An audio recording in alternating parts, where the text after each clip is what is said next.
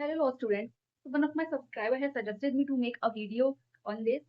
The topic is how to make short notes and to revision.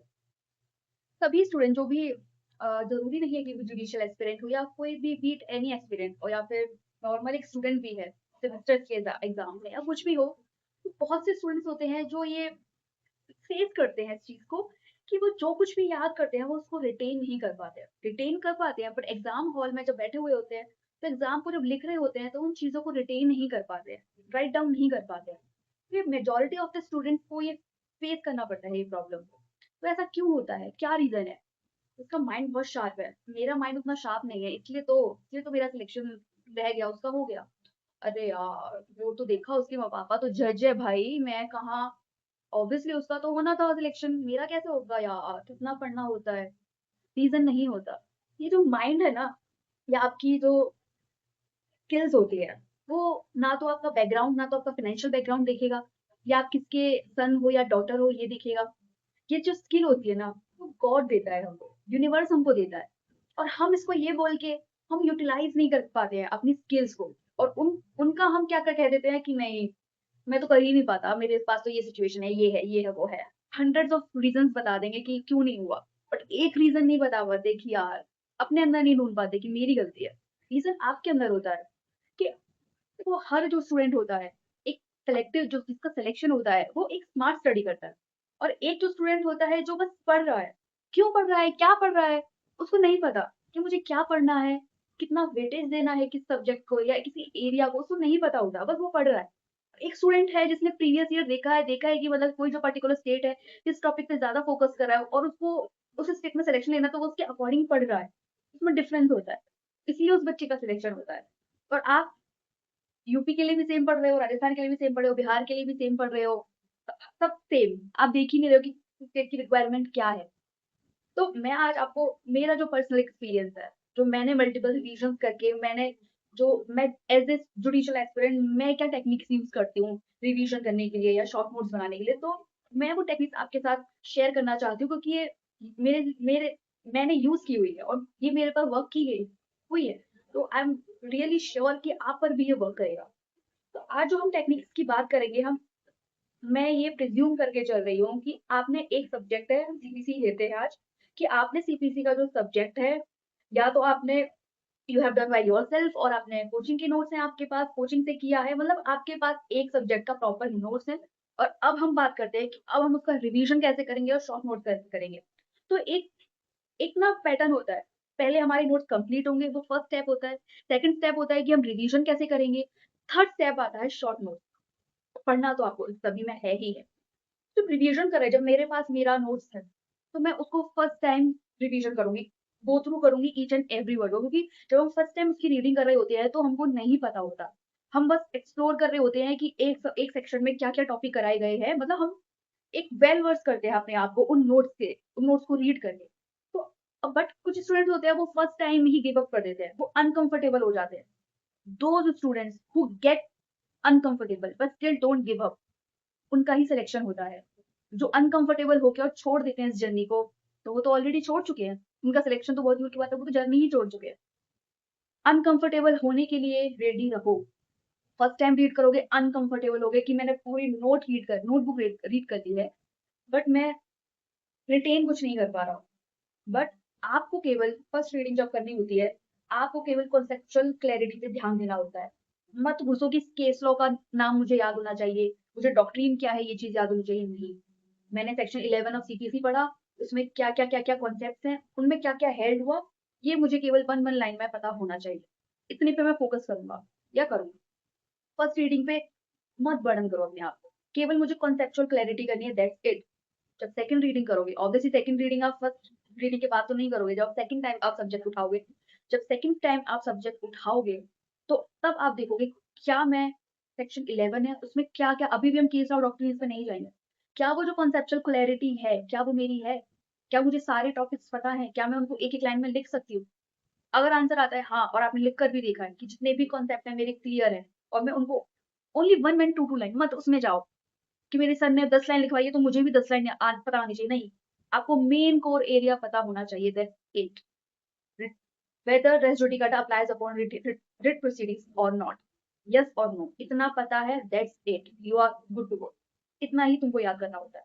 जब ये चीज़ तुम्हारी हो जाती है, तब हम उसके बाद अगले स्टेज पे जाते हैं। तब आता है कि मुझे केस लॉ पता होना चाहिए कि रिट प्रोसीडिंग्स अप्लाई नहीं होती हैं, या होती है तो उसका केस लॉ कौन-सा है? रेस जुडिकाटा पे डॉक्ट्रिन्स कौन-सी आती हैं? तब मैं उन चीज़ों पे जाऊँगी। मैं तब उन चीज़ों पे जाऊँगी जब मेरी कॉन्सेप्चुअल क्लैरिटी हो। Unless and until I am not done with my conceptual clarity, I will not go into these things. No, you should not go. जब ये conceptual clarity हो जाती है, तब आप जाते हो कि आपको केस लॉ पता है, आपको डॉक्ट्रिन्स पता है, और फिर आप एडवांस होते जाते हैं। आपको लैंडमार्क जजमेंट भी याद है। जब लैंडमार्क जजमेंट याद हो जाएंगे, तब उसके बाद जाओगे आपकी रिसेंट कौन सा जजमेंट आया। ओ माय गॉड, मैं मेरे को ये सारी चीजें याद है। तब न्यू चीजें एड ऑन करो। अनलेस एंड अनटिल आपको वो चीजें याद नहीं है, कुछ न्यू एड ऑन मत करो। फिर बस मैंने बहुत स्टूडेंट को देखा है, बस उनके शॉर्ट नोट्स ही बन रहे होते हैं, याद उनको कुछ नहीं होता है। तो पहले हमको रिवीजन करना होता है। मैं शॉर्ट नोट्स बाद में तो बात करूंगी, पहले हम रिवीजन पे बात करते हैं। एक ये चीज होती है कि जब मैं रिवीजन कर रही होती हूँ, तो मैं कैसे, अब जैसे मैंने बोला कि आपको एक दो लाइन में याद होना चाहिए, बट वो एक दो लाइन में मुझे कैसे याद हो, उसकी भी तो टेक्निक बताओ। तो मैं उसकी भी टेक्निक बता रही हूँ। एक टेक्निक होती है मेंटल रिवीजन, कि आप मेंटली रिवाइज कर रहे हो चीजों को। एक सेकंड होता है कि लिख कर याद करो। तो मैंने ये चीज एक्सपीरियंस की कि जब मैं खुद से पढ़ रही थी, तो तब मेरा बहुत लिमिटेड सोर्स होता था कि मैं बेरेट पे फोकस करती थी। मैं अपना सेल्फ स्टडी की बात कर रही हूँ, मैं बेरेट पे करती थी। और अपना मैंने कुछ शॉर्ट नोट्स बना लिए हैं, बुक से किया या कहीं से भी किया, और मैंने शॉर्ट नोट्स बना लिए थोड़ा बहुत अपना। तो मैं उनको मेंटली रिवीजन करती थी। और I used to explain myself, I am looking at myself in the mirror, and I am talking to myself, I am explaining each and everything. And I used to analyze things, that whether I am able to understand myself or not. Because unless and until like I am like explaining everything to myself, I can't explain to others. तो मेरा ये agenda होता था, और मैं मस्त अपना mental revision करती थी। फिर then I join Rahul IAS coaching, और राहुल आईएएस कोचिंग का लेवल बहुत एडवांस है। कि मतलब एक ही सब्जेक्ट का इतना मोटा मोटा कॉपी बन जाता है कि मतलब उसका आपको वहाँ पे केस लॉस पे भी फोकस किया जा रहा है, डॉक्ट्रिन पे भी फोकस किया जा रहा है, कॉन्सेप्चुअल क्लैरिटी है, मतलब कुछ कुछ छूटता नहीं है, कि मतलब सब कुछ है आपके नोट्स में। तो मैंने ये रियलाइज किया। और ये भी नहीं है कि एक दिन में एक ही सब्जेक्ट चल रहा है, एक दिन में चार चार सब्जेक्ट चल रहे हैं, एक नई सब्जेक्ट चल रहा है, उससे छोटा सब्जेक्ट, फिर उससे छोटा सब्जेक्ट भी चल रहा है। और ऐसा नहीं है कि आज मैं याद कर रही हूँ तो मेरे पास टाइम है, नहीं, आज मैंने पढ़ा तो नेक्स्ट डे कि मुझे कुछ और सीखने को मिलेगा। तो आई एक्सपीरियंस दिस थिंग कि मैं इतना एग्जॉस्ट हो जाता था माइंड, कि आप कोचिंग का भी पढ़ रहे हो, फिर खुद से भी पढ़ रहे हो। फिर ऐसा तो ही नहीं है कि आपका माइंड तो हर चीज ऑब्जर्व कर रहा है, तो जो सब कुछ वो ऑब्जर्व कर रहा है वो सब कुछ आपके माइंड में। और मैंने ये रियलाइज किया कि यार मैं मेंटल रिवीजन नहीं कर पा रही थी उतना। मतलब मैं लिख पाती थी, बट मैं मेंटल रिवीजन नहीं कर पाती। और I used to question myself कि अब क्या हो गया यार, मैं क्यों मेंटल रिवीजन नहीं कर पा रही। बट फिर मैंने खुद से ही रियलाइज की चीजें, कि जब आप खुद ही अपने टीचर होते हो, तो आपको जरूरत नहीं होती कि आपको कोई और चीज सिखाए। क्योंकि मैं आज आपको ये बात बोल रही हूँ, आई डोंट थिंक कि सभी स्टूडेंट मुझसे रिलेट कर पाएंगे। Unless and until they actually started, वो खुद एक्सपीरियंस करेंगे, तब उनको मेरी बात समझ आएगी। तो मैंने ये एक्सपीरियंस किया कि आपका माइंड जब ऑलरेडी इतना एग्जॉस्ट है, मेंटल रिवीजन में आप, तब भी तो आपका माइंड ऑलरेडी एग्जॉस्ट है, फिर आप मेंटल रिवीजन करके आप उस पर और प्रेशर डाल रहे हो। तुम माइंड से ही काम करवा रहे हो उसका। हो रहा है यार, पूरे दिन में काम करता हूँ, रात में सोने बैठा हूँ, तब भी तू मेरे से ही काम करवा रही है। तो मैंने ये चीज सोचा कि instead of mental revision, why should I write down all things. तो फिर मैंने लिखना स्टार्ट किया। तो फिर मैंने सोचा कि मेरा माइंड शांत होता था, और मैं बस लिख रही हूँ जो भी मुझे आता है, मैं पढ़ा है जो कुछ लिख रही हूँ। मेरा माइंड रिलैक्स, मैंने एक्सपीरियंस किया कि मेरा माइंड रिलैक्स हो रहा है। तो ये टेक्निक होती है। अब ये आपके ऊपर है कि आप किसमें कंफर्टेबल हो, आप मेंटल रिवीजन में कंफर्टेबल हो, या फिर आप रिटन डाउन करके आप कंफर्टेबल हो रहे हो। तो ये आपको होता है कि आपको किससे ज्यादा रिटेन कर पा रहे हो, या आप अपने पर्सनल एक्सपीरियंस देखना। मैंने दोनों ही चीज एक्सपीरियंस की, मेरे लिए both of these thing have work for me. और सेकंड चीज ये होता है कि जब हम रिवीजन कर रहे होते हैं ना, उसका एक और टेक्निक होता है जो मैंने खुद से ही अपने महसूस की ये चीजें, कि जब हम फर्स्ट टाइम रिवीजन कर रहे होते हैं, तब हम फुल पढ़ना होता है, हमको सब कुछ पढ़ना होता है, हमको कुछ नहीं छोड़ना होता है, सब कुछ पढ़ना होता है। बट सेकंड टाइम, क्योंकि मैंने ये कुछ चीजें देखी, सेकंड टाइम मैं रिवीजन कर रही हूँ, तब भी मैं पूरा पढ़ रही हूँ, सेम कंसिस्टेंसी के साथ पूरा नोटबुक फिर से पढ़ा। फिर थर्ड टाइम कर रही हूँ, तब भी उस कंसिस्टेंसी के साथ मैं फिर से वही पढ़ रही हूँ। और मैंने ये रियलाइज किया कि टाइम तो मुझे उतना ही लग रहा है। ये जब आप नोटबुक पढ़ रहे हो, तो जब आपको 15 दिन लगे, तो नेक्स्ट टाइम जब पढ़ो तब भी 15 डेज लगेंगे। तो मैंने बोला कि मैं ग्रोथ क्या कर रही हूँ, जब मुझे फर्स्ट टाइम 15 डेज लगे, सेकंड टाइम में 15 डेज लग रहे हैं, तो मेरी ग्रोथ क्या हुई। देन आई रियलाइज कि जब फर्स्ट रिवीजन होता है तब आप पूरा रीड करते हो। जब सेकंड रिवीजन होता है उसमें आप वो रीड नहीं करते हो जो आपको आता है।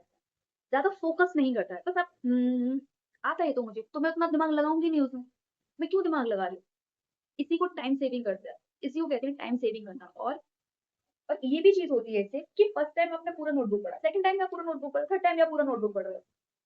आप अपने माइंड को क्या रिवॉर्ड दे रहे हो? आप अपने माइंड को कैसे रियलाइज़ करा रहे हो कि देखो आपने फर्स्ट टाइम मेरा साथ दिया उसके लिए थैंक यू। अब सेकंड टाइम देखो अब मैं आपको ये रिवॉर्ड दे रहा हूँ कि देखो मैंने सेकंड टाइम तो 15 डेज़ लगाए थे बट इस टाइम मैं 7 डेज़ में कंप्लीट करूँगा क्योंकि मैं केवल वही-वही चीज़ें याद करूँगा या करूँगी जो मुझे नहीं आती है। Trust me guys, trust me मैं जो-जो टेक्निक बता रही हूँ, उन टेक्निक्स को फॉलो करो। Seriously, you will see the difference. Seriously, because I have seen it. Obviously, it will work for you as well. क्योंकि ये वाला पॉइंट जो मैंने ये चीज़ एक्सपीरियंस किया है कि फर्स्ट टाइम जब रिवीजन किया, सेकंड टाइम में मुझे वो सब कुछ रिवीजन नहीं करना होता है, बस एक रीडिंग करनी होती है। रिवीजन केवल सेकंड टाइम उन्हीं चीज़ों का होगा जो मुझे नहीं आती है। थर्ड टाइम मैं उन्हीं चीज़ों का रिवीजन करूँगी जो चीज़ें मुझे नहीं आती है और जो आती है उनका केवल रीडिंग करूँगी। ये जो चीज़ें होती है ना हम रिवॉर्ड देते हैं अपने माइंड को देखो, फर्स्ट टाइम थैंक यू मेरा साथ देने के लिए। देखो मैंने ये पढ़ लिया, मुझे सेकंड टाइम केवल थोड़ा पढ़ना, फिर थर्ड टाइम उससे भी थोड़ा कम पढ़ना होगा, फोर्थ टाइम उससे भी थोड़ा कम पढ़ना होगा। क्योंकि मैंने खुद ये चीज़ें की है कि मैं फर्स्ट टाइम फुल पढ़ रही हूँ, सेकंड टाइम फुल पढ़ रही हूँ, थर्ड टाइम फुल पढ़ रही हूँ। 12th पे भी सेम चीज़ कर रही हूँ। 12th पे जब मुझे सेक्शन 378 उसमें punish I am so sorry IPC का बोलते हैं मैंने, आई am so sorry. Section 303 of BNS जो मुझे पता है कि थेफ्ट की पनिशमेंट क्या है, 3 ईयर है, ये मुझे पता है। मैं क्यों उसको फिर से पढ़ रही हूँ? स्पेशली बीएनएस क्योंकि बीएनएस में अब चीज़ें डिफरेंट हुई हैं और जितने भी एग्ज़ाम्स हैं उनमें फोकस किया जा रहा है कि क्या डिफरेंस आएगी तो बीएनएस में, उस पे फोकस है। तो उस लाइक कि मैं क्यों पढ़ रही हूँ? मैं एसेंशियल्स क्यों पढ़ रही हूँ थेफ्ट के? क्यों याद कर रही हूँ? बस रीडिंग करो ना। मुझे पता है सेक्शन 30 बीएनएस में थेफ्ट है। और मुझे पता है उसके क्या एसेंशियल्स है, mobile property, disorderly detention, move कर रहा, out of position, consent of any person. मुझे ये सारी चीज़ें पता है मैं क्यों पढ़ रही हूँ। 5 एक्सप्लेनेशन मुझे पता है मैं क्यों पढ़ रही हूँ। इलस्ट्रेशन जब मुझे पता है कॉन्सेप्चुअली मेरे फर्स्ट टाइम में क्लियर कर ली, मैं क्यों पढ़ रही हूँ सेकंड टाइम? मुझे क्या पढ़ना है जो मुझे नहीं आता? जो सब्सिक्वेंट पनिशमेंट है मुझे उस पे फोकस करना है क्योंकि वो मुझे ये न्यू चीज़ ऐड हो रही है। या फिर अगर फर्स्ट टाइम ऑफेंडर है तो उसको कैसे कब so sorry, I am so sorry, so sorry क्या है उस पनिशमेंट का नाम? Community service. हाँ, I think I am right community service है तो वो एक एज़ अ पनिशमेंट दे रहे हैं। तो मुझे ये चीज़ें याद करनी है। जब आप जो-जो चीज़ें याद की हुई है, उनको याद ना करके उन पे फ़ोकस करते तो देन यू रियलाइज़ कि मुझे अब कॉन्सेप्चुअल क्लैरिटी भी है, मेरा सेक्शन भी कंप्लीट है, क्योंकि मैंने इन सब चीज़ों का हो गया था, तो मैंने केस वर्क पे फ़ोकस किया, तो मुझे अब ये भी याद है, केस वर्क से मैंने डॉक्ट्रिन याद की, तो मुझे अब ये याद है। डॉक्ट्रिन के बाद फिर मुझे लगा कि मुझे ये सब याद है, तो मैंने रिसेंट जो डेवलपमेंट हुई है, वो भी ऐड ऑन कर दी। ये जो मैं टेक्निक बता रही हूँ, प्लीज़ इसको आप फ़ॉलो कीजिए। ट्रस्ट मी ये वर्क करेगी। जो पढ़ा हुआ है उस पे फ़ोकस मत करो ज़्यादा, जो नहीं आता है उस पे फ़ोकस करो। जब ये सारी चीज़ें हो जब आप यू आर मतलब आपको डिफरेंस करना आ जाता है, किस पे फ़ोकस करना है, किस पे नहीं करना, कितना मुझे आता है, कितना नहीं आता, तब बात और इस ड्यूरेशन में जो आपके लास्ट जो शॉर्ट नोट बनते हैं ना, जो मेंस क्लियर वाले शॉर्ट नोट बनते हैं या कि बे कॉन्सेप्चुअल क्लैरिटी वाला मीन्स जो कि आप एक्चुअल में क्लियर करते हो, उससे पहले आप बहुत सारे शॉर्ट नोट्स बनाओगे, बहुत सारे शॉर्ट नोट्स बनाओगे आप, बट वो आपके एक्चुअल शॉर्ट नोट्स नहीं होते, वो रफ होता है। और जब ये सारी चीज़ें हो जाती है, तब आपका शॉर्ट नोट्स बनता है लास्ट। उस शॉर्ट नोट्स में सेक्शन 11 ऑफ रेसिड्यू काटा है। तो मैं सेक्शन 11 ऑफ रेसिड्यू काटा लिखूँगी। मैं उसमें पूरी डेफिनेशन नहीं कर लिखूँगी।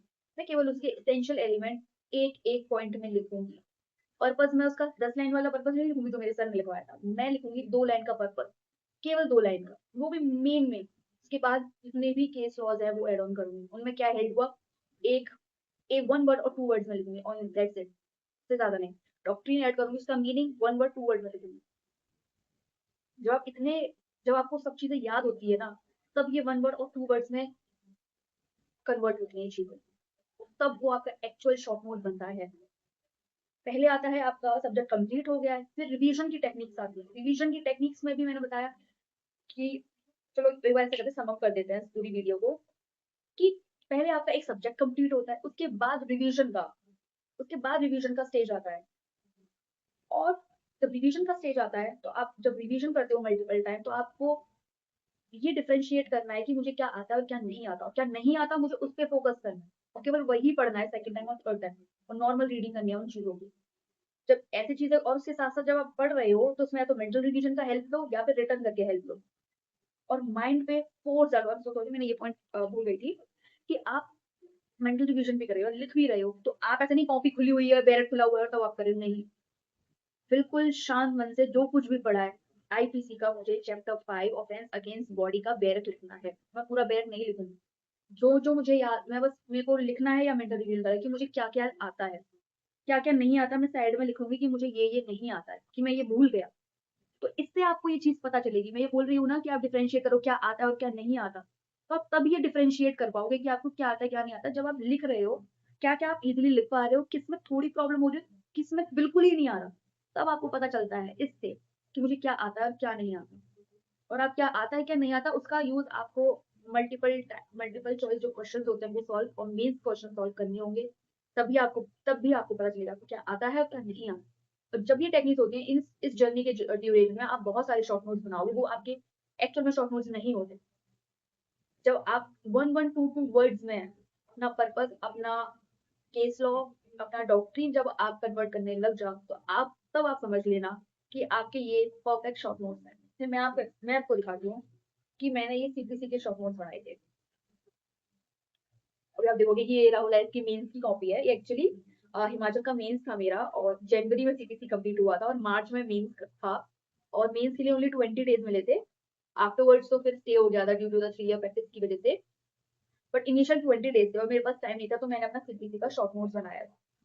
ये मेरा केवल, मैंने प्री के टाइम एक बार रिवीजन, मेरा जनवरी में सब्जेक्ट हुआ था, फरवरी के हाफ में मैंने उसमें बीच में सीपीसी रिवाइज किया था, और फिर सेकंड टाइम मैंने मेंस का रिवाइज किया था और उस पर मैंने शॉर्ट नोट बनाया। ये मेरा सेकंड टाइम रिवीजन वाले शॉर्ट नोट था, वो भी मेंस के प्रेशर वाले। इसमें बस, और ये मेरे इतना, और ये मैंने इतना दूर दूर लिखा है कि अब अगर मैं ये शॉर्ट नोट बनाने जाऊंगी, मैं 10 पेज पर मैं सीपीसी कंप्लीट कर दूंगी। सीपीसी का इतना मोटा रजिस्टर है दो, मैंने उनको इसमें कन्वर्ट कर दिया, वो भी सेकंड रिवीजन।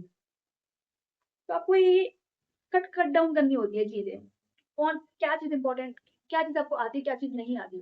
जैसे जैसे आपको दिखाती हूँ res judicata, one of the most important topic of CPC, और वास्ट टॉपिक भी यही होता है। रेस जुडिकाटा का टॉपिक मैंने कितने पेजेस में कर दिया, सी वन। देखो मैंने कितना जरूरी लिखा है। ये मेरे सारे की सौ जो मैंने केवल एक ही पेज में खत्म कर दी। वन, एक ये पेज, एक ये दो, 3 4, दैट्स इट मेरा फोर। अगर आप 2 पेजेस करोगे दोनों साइड, तो 2 पेजेस में मेरा रेज्यूमे कार्ड कंप्लीट है। जब तक आप अपने माइंड को नहीं बताओगे कि क्या तुमको आता है, तो उसको रिवॉर्ड फील नहीं होगा। ये बहुत, मैं बहुत कंफर्टेबल होकर ये वीडियो बना रही हूँ, और ये टाइम भी बहुत लॉन्ग हो गया है। आई डोंट नो कितने बच्चे इसको देखेंगे, कितने बच्चे नहीं देखेंगे, but it is what it is. अगर आपको सच में ही, अगर या फिर आपको वो वीडियोस पसंद आते हैं जिनमें बस हवा हवा की बातें होती है, मतलब जिनमें रियलिटी नहीं है कि 10 दिन में सीपीसी आईपीसी कंप्लीट करो या ये करो वो करो, अगर आपको वो वीडियोस देखनी है, क्योंकि मेरा था कि मेरे को बहुत दिल से बनानी थी ये वीडियो, क्योंकि मुझे पता है कि मैंने कितना कितना स्ट्रगल किया इन चीजों में, क्योंकि जब आप खुद से चीजें कर रहे हो ना, तो तो आप खुद से सीख रहे हो। तो मैंने ये चीजें, ये जो टेक्निक्स है कि फर्स्ट रिवीजन में, सेकंड रिवीजन में केवल वही पढ़ना है जो आपको नहीं आता है, तो मतलब ये चीज मैंने खुद ही रियलाइज की है ये चीजें, कि मेंटल रिवीजन करो, बट आप जब बहुत ज्यादा एग्जॉस्ट हो रहे हो माइंड में, तो मेंटल रिवीजन नहीं हो पाता, तो लिख के करो, कि कॉपी बंद कर, मतलब ये खुद से की है। तो मैं बस ऐसे ऊपर से ऐसे करके बस 10 मिनट में वीडियो डाल दूँ, मैं नहीं कर सकती ऐसा, क्योंकि ये मैंने चैनल बहुत प्यार से बनाया है।